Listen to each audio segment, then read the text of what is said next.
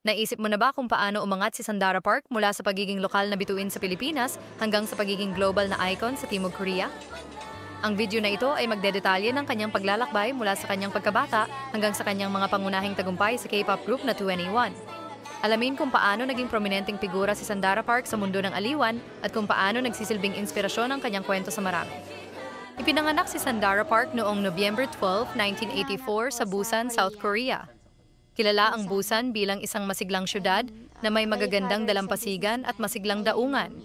Lalong nagiba ang kanyang buhay nang lumipat ang kanyang pamilya sa Pilipinas noong 1974. Naghahanap ng mga bagong oportunidad at pakikipagsapalaran. Sa simula, nahirapan si Sandara sa hadlang ng wika dahil hindi niya marunong magsalita ng Tagalog. Mahirap para sa kanya ang mag-adjust sa bagong wika at kultura, ngunit hinarap niya ang mga pagsubok na ito ng may determinasyon at positibong pananaw. Ang kanyang tag at kakayahang mag-adapt ang nagbigay daan sa kanya upang yakapin ang bagong kapaligiran at umunlad sa bago niyang tahanan. Noong 2004, nakamit ni Sandara ang kanyang malaking tagumpay nang sumali siya sa Star Circle Quest, isang sikat na reality talent show sa ABS-CBN. Layunin ng palabas na ito na matuklasan at ipakita ang mga bagong talento sa Pilipinas. Agad na nahuli ni Sandara ang atensyon ng mga manonood sa kanyang kahusayan sa pag-arte, pagsayaw at pagkanta. Ang kanyang likas na karisma, kasabay ng kanyang pagiging totoo at dedikasyon, ay nagpapanalo sa kanya ng maraming tagahanga. Nakamit niya ang palayaw na pambansang krongkrong ng Pilipinas dahil sa kanyang kaakit-akit at kakaibang personalidad na nagdala ng saya sa marami. Isa sa mga pinakakapansin-pansing sandali sa kanyang karera ay ang matagumpay nilang love team ni Hero Angelos. Ang kanilang chemistry sa screen ay nakakapangilabot at ang kanilang mga pelikula tulad ng Because of You at Can This Be Love ay naging malalaking hit sa takilya. Ang tagumpay na ito ang nagbigay daan kay Sandara na makatanggap ng parangal bilang pinakamahusay na bagong actress sa PMPC Star Awards para sa pelikula noong 2005. Ang parangal na ito ay isang malaking hakbang sa kanyang karera at ipinakita ang kanyang talento at ang malakas na koneksyon niya sa kanyang mga tagahanga. Kung nag-i-enjoy kayo sa kwento ni Sandara Park, siguraduhin pindutin ang like button at mag-subscribe para sa mas marami pang kahangahangang content. Huwag kalimutang ibahagi ang inyong mga saloobin at rekomendasyon sa mga komento sa baba.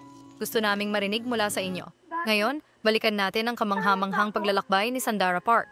Sa kabila ng kanyang mga nakamit, nakaranas si Sandara ng paglubog sa kanyang karera sa Pilipinas sa paglipas ng panahon. Naging mas kaunti ang mga oportunidad na nagudyok sa kanya na maghanap ng bagong mga landas. Noong 2007, gumawa siya ng matapang na desisyon na bumalik sa Timog Korea upang maghanap ng bagong mga pagkakataon. Ang paglipat ay hindi naging madali. Marami siyang hinarap na pagtanggi at hamon. Gayunpaman, ang kanyang determinasyon at katatagan ang nagpatuloy sa kanya at patuloy niyang tinupad ang kanyang mga pangarap ng walang pag-aalinlangan. Ang kanyang pagbabalik sa South Korea ay nagbukas ng bagong kabanata sa kanyang buhay, puno ng mga personal at profesional na hamon.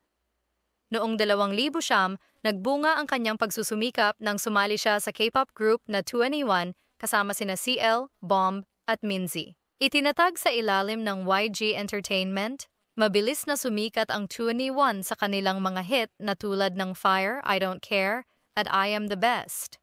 Ang tagumpay ng grupo ay hindi lamang limitado sa Timog Korea, kundi pati na rin sa pandaigdigang merkado.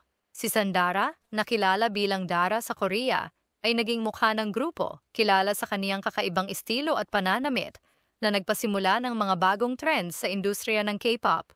Bukod sa kanyang tagumpay sa musika, nagtagumpay rin si Sandara sa pag-ho-host at pag-arte. Naging regular siya sa mga sikat na variety show tulad ng Running Man at We Got Married, kung saan ipinakita niya ang kanyang talento sa pagpapatawa at pakikisalamuha sa mga bisita. Ang kanyang mga pagganap sa mga Korean na drama ay lalo pang nagpakita ng kanyang pagiging versatile bilang isang actress na nagbigay sa kanya ng papuri mula sa parehong mga kritiko at mga tagahanga. Ang kanyang kakayahan na lumipat mula sa musika patungo sa pag-arte ng madali ay nagpasikat ng kanyang iba't ibang kasanayan at kakayahang mag-adapt. Kahit sa kabila ng kanyang pandaigdigang tagumpay, laging pinapahalagahan ni Sandara ang kanyang mga ugat sa Pilipinas.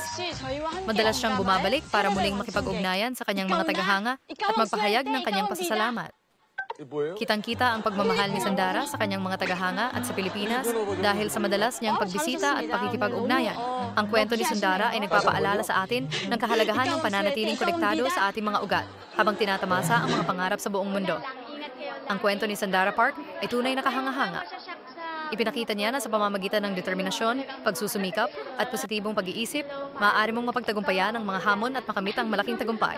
Mula sa pagiging mahiyain na bata na nag-a-adjust sa bagong bansa, hanggang sa pagiging isang global na icon, ang kanyang paglalakbay ay isang makapangyarihang halimbawa ng kung ano ang maaaring makamit sa pamamagitan ng tiyaga.